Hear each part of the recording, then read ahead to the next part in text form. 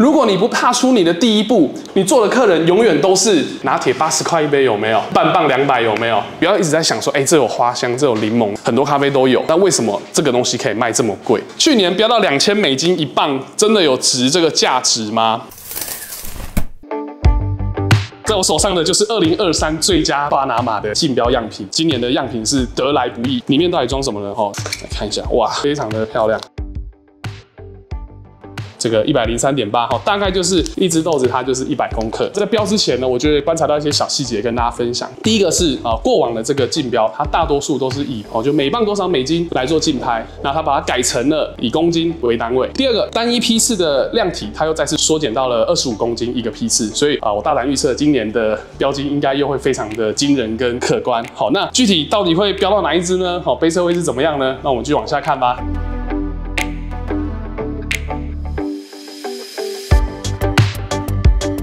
那有没有人知道这个艺妓咖啡它是在哪一年被发现的？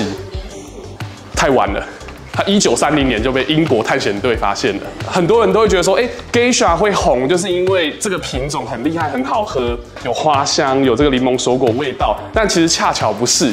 在1930年，英国的这个探险队来到伊索比亚，他们在找寻一些物资，发现了 Geisha 这个地方的咖啡很厉害。Geisha 当时它是一个具有抗咖啡锈病的一个特性在。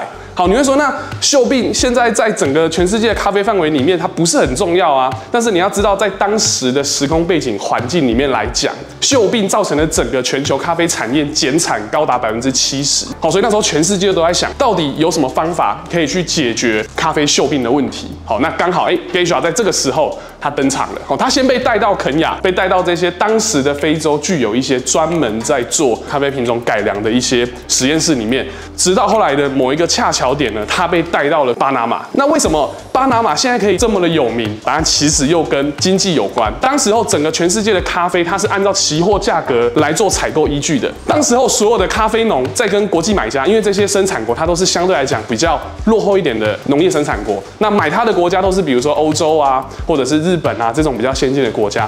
他们在买的时候需要有一个参考基准点，他们就以这个价格来当做基准。比如说今天的期货价格是200，那我们就按照说这个豆子很好喝，但是我不可能按期货价格卖给你啊，我想要卖高一点，它就会产生一个东西叫做差价。我试问一个问题，我要买巴拿马的期货价格是200，然后 differential 要1000，是听起来怪怪的。好，所以通常这个 differential 都会介于多少？都会介于0到50之间。好，它不会高的太多。于是呢，这个巴拿马人就很生气啦，他就说我这么用心的种咖啡，那结果要跟你们期货那边拉 gay 小，他就不干了。好，因为当时候巴拿马这个成立拍卖会的时候，那个时间点是1996到1997年，那个时候你可以去查历史节点，那是当时的纽约咖啡期货的大崩盘，那时候价格就很低很低很低。巴拿马农民就受不了，说我不干了，我不跟你们玩了。所以他就自己成立了一个巴拿马精品咖啡协会，这就是大家耳熟能详的 BOP 的主办单位。那成立了单位之后，他们就开始参加世界各地的咖啡展会，他去跟大家推广说我的咖啡很好很猛，所以呢我们的价格不好意思不跟期货有任何的挂钩，我们就是按照我们的规则来卖。那怎么卖？他们就办拍卖会。可是第一届的 BOP 它只有4个庄园参加。好，那一开始的 BOP 它还没有这么去细分艺妓这个分类。以前最早我们在排它有什么帕卡马拉组，有 Geisha 组，有一些奇奇怪怪的组别，有水洗、日晒、特殊处理。可是到了今年，它的趋势已经变成什么了？总共50支的豆子，有高达36支的艺妓咖啡，以及14支的其他品种组。好，但你会说其他品种组就比较无聊吗？其实也不会。巴拿马他们这些农民啊，在种咖啡特别的有想法。去年跟今年的第1名都是一个你从来没听过的品种名，叫做 Chicagalo。它是西班牙文小公鸡的意思。好，这是一个很特别的品种，而且呢，一样是来自伊索比亚的西南方。这事情让我在思考说这个伊索比亚真的是个宝藏之地啦！你看现在中南美卖这么好的品种，几乎都是从这个非洲来的。好，去年飙到$2000一磅，真的有值这个价值吗？老实讲，以风味来讲，它的风味我相信一定都很好。你要考虑的只有一个点，就是这个东西当我们拍下来之后，你要怎么样去做行销？要打破固有的销售咖啡思维，不要一直在想说，这有花香，这有柠檬，这有什么什么的，很多咖啡都有。那为什么这个东西可以卖这么贵？好，我前面讲那么多故事，你有没有把它吸收进去？这些都是拿来卖咖啡很好用的一个赚钱的方式。我跟其他生豆商最大的不同就是，我更在乎大家可不可以把生豆很容易的把它销售出去，卖得出去的才叫精品豆，卖不出去的叫自己家里喝的豆。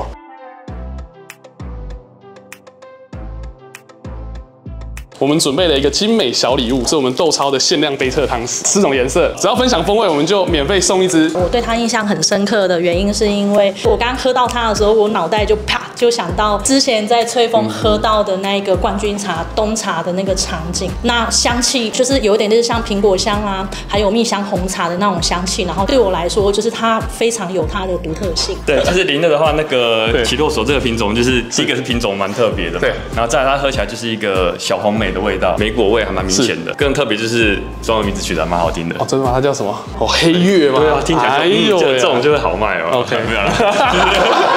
漂亮，因为漂亮。你取个名字取得很奇怪，那个看到不会念的，有没有？对，但这个就还蛮通俗，那大家都了解有兴趣的。了解。这个奇洛索哈，让我广告一下，我们这一批的哥伦比亚货柜里面有奇洛索。哦，它是来自这个冠军庄园橡树庄园哦。那还没有订这一支的话，可以洽我们业务窗口，跟品种组的第2名是一样的品种。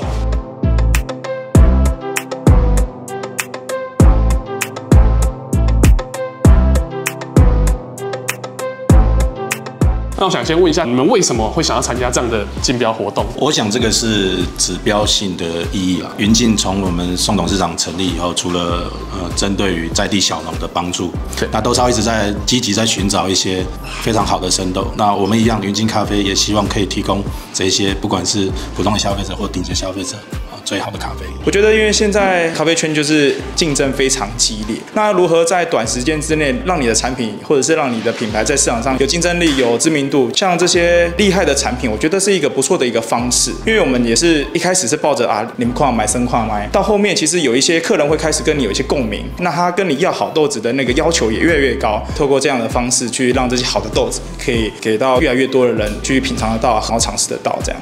他讲的，我帮大家抓一个重点中的重点就好了。如果你今天对于这么高单价的豆子，永远都是抱持着，反正我来喝喝看，喝爽了，但是你却没有进一步的去参与它，那么你的品牌、你的客户永远都触及不到高单价的消费族群。我可以跟大家分享一下，到底竞标豆要怎么卖。好，这种东西，你做小包装，甚至你做挂耳包，你不要想说啊，这么好的豆子做挂耳好浪费，不会，你卖不出去才浪费。